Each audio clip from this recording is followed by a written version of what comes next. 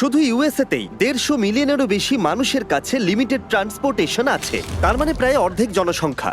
আর এমনকি পৃথিবীর গরিব দেশগুলোতে ট্রান্সপোর্টেশনের ঘাটতি আরো অনেক বেশি।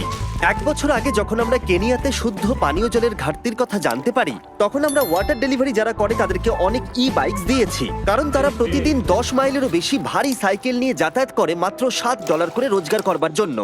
কিন্তু এখন নতুন বাইকের ফলে ওরা অনেক বেশি যাতায়াত এখন করতে পারছে, যা তাদের পরিবারের রোজগারকে অনেকটা বাড়িয়ে তুলেছে।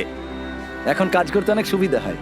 আর এখানকার সম্প্রদায়ের ওপর এর প্রভাব দেখবার পরে আমরা আমাদের পার্টনার ইলেকট্রিক বাইকের কাছে গেলাম সাহায্য চাইতে, এটা মনে করে যে ওরা আমাদের 13টা বিচ ফিলান্থ্রপি ভিডিওসকে স্পন্সর করেছে। আর আমার মনে হয় আপনারা শুনে অবাক হবেন না যে ওরা $6 লাখ ইলেকট্রিক বাইক ডোনেট করেছে। আর তারপর আমরা আপনাদেরকে এমন একজন মানুষকে নমিনেট করতে বলেছি যার জীবনে ট্রান্সপোর্টেশনের অত্যন্ত প্রয়োজন আছে। আর প্রয়োজনীয় মানুষদের অনেক অনেক ভিডিও পাওয়ার পরে আমরা সেগুলোকে গিভঅ্যাওয়ে করার জন্য খুবই এক্সাইটেড হয়ে উঠেছিলাম। ওই বাইকটা আমার লাইফ চেঞ্জ করে দিতে পারে। এটা পেলে আমার আর আমার হাজবেন্ডের খুব সাহায্য হবে। আমরা এই বিশাল গিভঅ্যাওয়েটা শুরু করব নর্থ ক্যারোলিনা থেকে, যেখানে ড্যারেন প্রথম বাইক গিভঅ্যাওয়ে করবে 600টা বাইকের মধ্যে।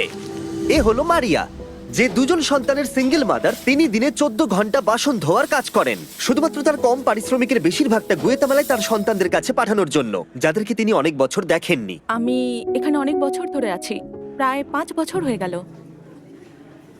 আর এত ঘন্টা কাজ করার পরেও তাকে প্রতিদিন বেশ কয়েক মাইল হাঁটতে হয় শুধুমাত্র কাজের জায়গায় যাতায়াত করবার জন্য। সমস্ত বাইকের মধ্যে এটা প্রথম বাইক যেটা আমরা গিভঅ্যাওয়ে করতে চলেছি। আর যেহেতু এটা প্রথম বাইক, তাই আমরা মারিয়াকে আরো এক্সট্রা $5000 ক্যাশ দিয়ে সারপ্রাইজ দেব। ঠিক আছে, চলো ওকে সারপ্রাইজ দেওয়া যাক। আমি তোমার জন্য একটা গিফট এনেছি। মারিয়া আমাদের বলল যা কিছু ওর কাছে বেঁচে যায় সেগুলো ও গ্রামের গরিব বাচ্চাদের খাওয়াবার জন্য দান করে দেয়। তাই আমরা $5000 দেবার পরেও 7000 আরো এক্সট্রা দিয়ে তাকে অবাক করে দিলাম, যাতে সে গুয়েতামালায় তার গ্রামকে আরো বেশি সাহায্য করতে পারে। এই বাইকের সাহায্যে মারিয়া খুব সহজেই তার কাজের জায়গায় 10 মিনিটের মধ্যে পৌঁছে যাবে। কাজে না যেতে পারা, স্কুলে না যেতে পারা বা মেডিকেল অ্যাপয়েন্টমেন্টে যেতে না পারা, এরকম আরো অনেক অনেক সমস্যার মানুষ সম্মুখীন হয়, এবং এর ফলে তারা যে পরিস্থিতির মধ্যে রয়েছে তাতেই তারা আটকে পড়ে। আপনারা যদি ভাবেন এটা স্পেশাল, তাহলে দাঁড়ান, এখনো 599টা বাকি আছে। এটা দারুণ হতে চলেছে। এটা কি? এই দেখো, এটা এসে গেছে। দারুণ দেখাচ্ছে। আমি এখন অনেক সময় বাঁচাতে পারছি। তোমাদেরকে অনেক ধন্যবাদ। এবার আমরা কনরাডের সাথে দেখা করলাম। তাকে প্রতিদিন 4 ঘন্টা হাঁটতে হয় তার কাজের জায়গায় পৌঁছানোর জন্য। আমি এমন একজন ব্যক্তি যাকে সপ্তাহে 80 ঘন্টা কাজ করতে হয়, কিন্তু আমার কাছে যাতায়াতের কোনো ব্যবস্থা না থাকায় 40 ঘন্টাটাও আমার কাছে খুব চ্যালেঞ্জিং হয়ে ওঠে। আমি একদিন আমার নিজের ব্যবসার মালিক হতে চাই, আর যাতায়াতটা যদি আমার ক্ষেত্রে আরেকটু সুবিধার হতো, তাহলে আমি আমার লক্ষ্যে খুব সহজেই পৌঁছতে পারতাম। কনরাডের গল্প বলে দিচ্ছে ওর ট্রান্সপোর্টেশনের কতটা প্রয়োজন আছে। ও, এ কি?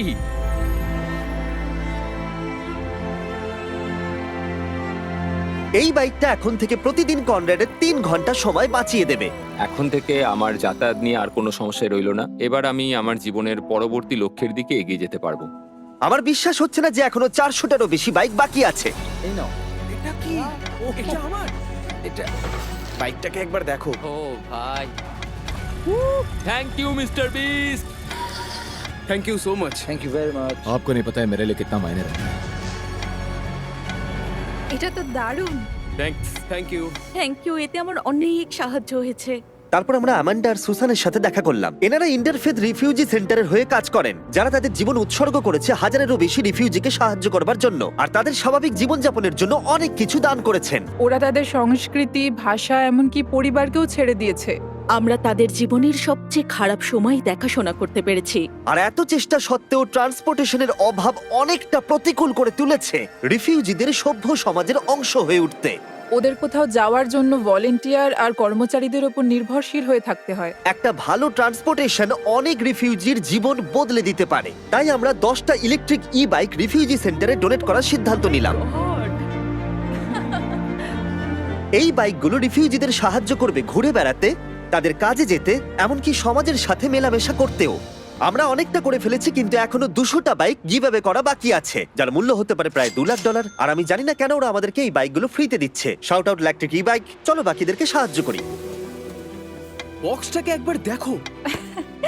এটা এসে গেছে। Thank you Beast Philanthropy. Thank you Mister Beast. Thank you.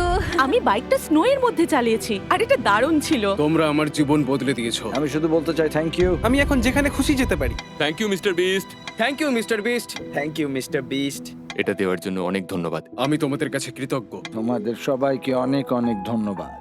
আর এখন সময় আমাদের শেষ ই বাইকটা দেবার। এ হলো রেজনাল্ড। ইনি 12 বছরেরও বেশি এই কমিউনিটি সেন্টারে আছেন আর মানুষদেরকে সাহায্য করছেন। আমি আমার মেয়েদের আর আমার নাতি নাতনিদের কাছ থেকে অনুপ্রেরণা পাই।